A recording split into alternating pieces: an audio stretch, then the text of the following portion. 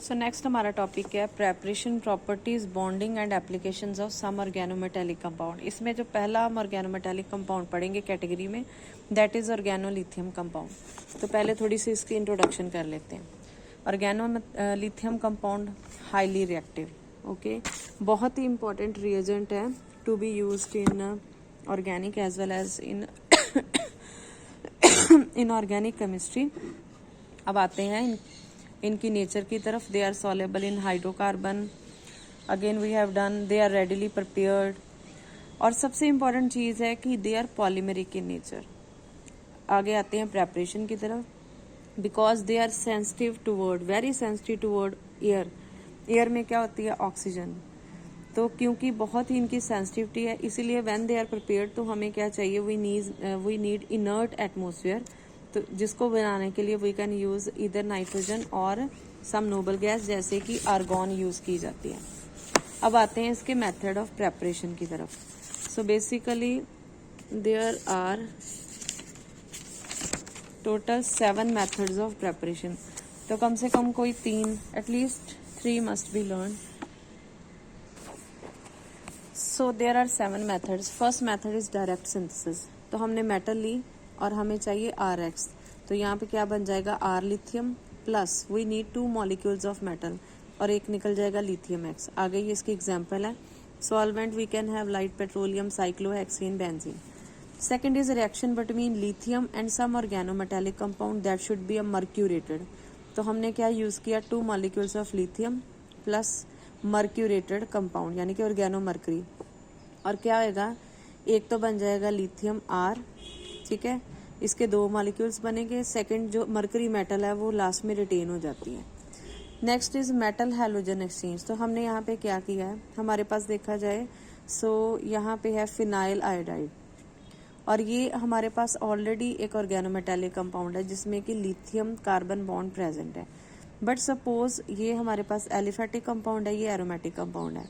हमें aromatic oregano lithium compound जो चाहिए उसमें ऑर्गेनिक पार्ट एरोमेटिक चाहिए। तो वी कैन परफॉर्म, इन दोनों कंपाउंड्स को मिक्स कर दो इन द प्रेजेंस ऑफ सॉल्वेंट, तो यहाँ पे हैलोजन एक्सचेंज हो जाएगी। लिथियम इधर आ जाएगा, फिनाइल लिथियम, और जो आयोडाइड है वो ब्यूटाइल के साथ अटैच हो जाएगा, ब्यूटाइल ग्रुप के साथ। Another is metal metal exchange. अब इसमें क्या है? दिस इज ट्रांस मेटलेशन, यानी कि मेटल एक्सचेंज हो रही है दोनों तरफ। इसमें मेटल हैलोजन एक्सचेंज था, metal was exchanged with halogen. यहाँ पे metal is exchange with metal in the presence of some suitable solvent. तो अगेन सेम स्टोरी है। यहाँ पे जो लिथियम है it is a part of aromatic ring, हम इसको एक अनसैचुरेटेड ग्रुप के साथ अटैच करना चाहते हैं, तो वी नीड अ सॉल्वेंट। दोनों को मिक्स करो तो मेटल मेटल एक्सचेंज हो जाएगा। नेक्स्ट है, अगर हम लिथिएटेड अल्कीन या अल्काइन यूज करते हैं तो क्या होगा? ये भी हमारे पास ऑलरेडी एक ऑर्गेनोमेटेलिक कंपाउंड है, ठीक है, जिसमें कोई भी मल्टीपल बॉन्ड नहीं है। अगर इसमें हम एक अल्कीन डाल देते हैं तो वो अल्कीन भी इसमें ऐड हो जाएगी। So we are starting with a organometallic compound, we are ending with organometallic compound, लेकिन ये चेन लेंथनिंग हो जाएगी। Next is again this is organometallic compound, organolithium compound है। सिर्फ डिफरेंस ये है, यहाँ पे हमारे पास सैचुरेटेड है और यहाँ पे हमारे पास क्या आ रहा है? अनसैचुरेटेड।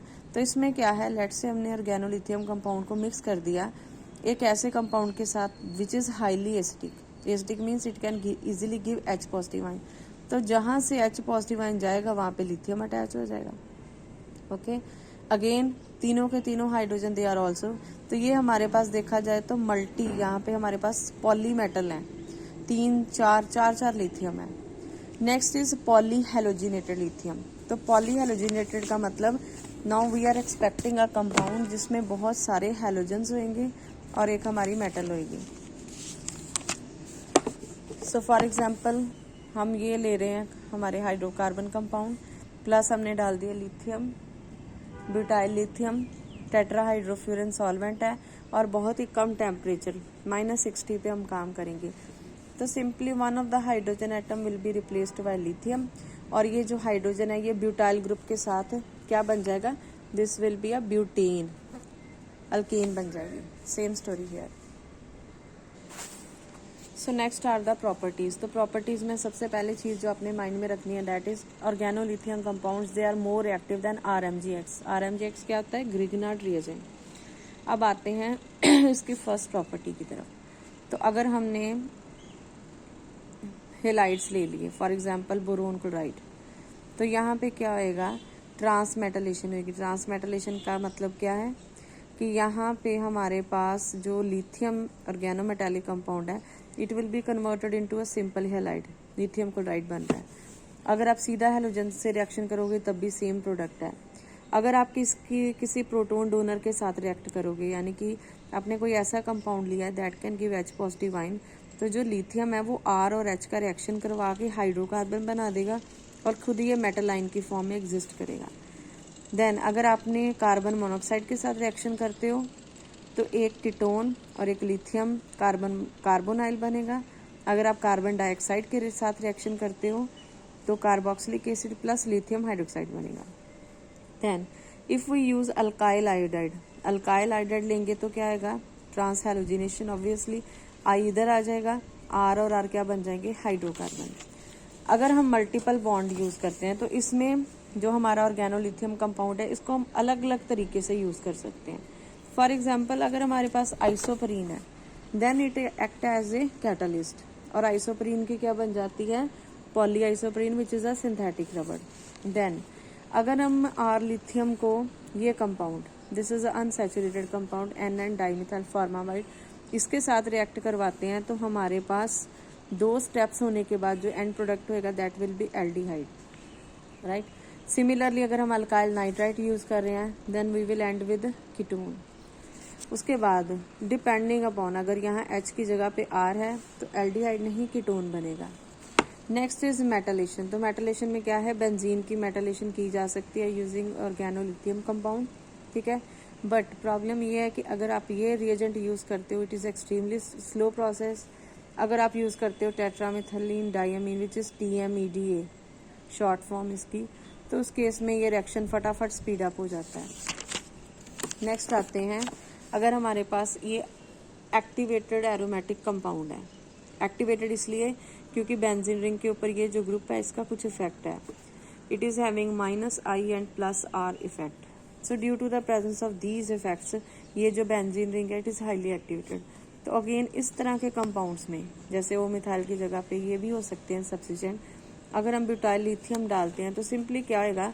यहाँ से हाइड्रोजन निकलेगा, वो जो भी R है उसके साथ अटैच होकर हाइड्रोकार्बन बन जाएगा और लिथियम उसकी ऑर्थो पोजीशन पे आएगा। तो याद क्या रखना है कि कौन सी पोजीशन पे जाएगा? ये ऑर्थो पोजीशन पे।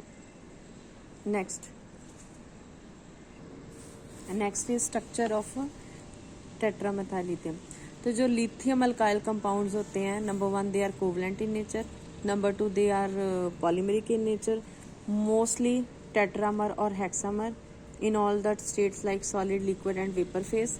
अनदर थिंग इज जैसे यहाँ पे स्ट्रक्चर दी हुई है टेट्रामेथाइल लिथियम की, तो इसको याद कैसे करना है? क्यूब बनाओ starting from left lithium right lithium, ठीक है। अब नीचे ऑल्टरनेट आना, जैसे स्टार्टिंग वाले ऊपर वाले पार्ट में ये लेफ्ट पे था, यहाँ पे राइट और लेफ्ट आएगा, और 4 लिथियम ऑल्टरनेट आएंगे, right left then again left right. Again यहाँ पे कार्बन की वैलेंसी कॉम्प्रोमाइज हो रही है। वैलेंसी इस तरह से क्योंकि दिखने में आपको नजर आएगा कि कार्बन ने 6 बॉन्ड बनाए हैं। सो दिस इज नॉट, इसमें ये जो बॉन्डिंग है between methyl and lithium, this is not a normal 2 centre 2 electron bond but rather it is a multi centre bond. और आपको याद रहेगा कि इस तरह की बॉन्डिंग उन्हीं में होती है जिसमें क्या होते हैं? They are electron deficient in nature. So अगर तो लिथियम के साथ इस तरह के ग्रुप हैं तो ऑब्वियसली ये मोनोमर नहीं होंगे, बट अगर लिथियम के साथ कुछ इस तरह के एटम्स हैं that are able to donate a electron pair, तब आपको वो मोनोमेरिक फॉर्म में नजर आएंगे, जैसे ये है, जैसे ये नीचे 2 एग्जाम्पल है।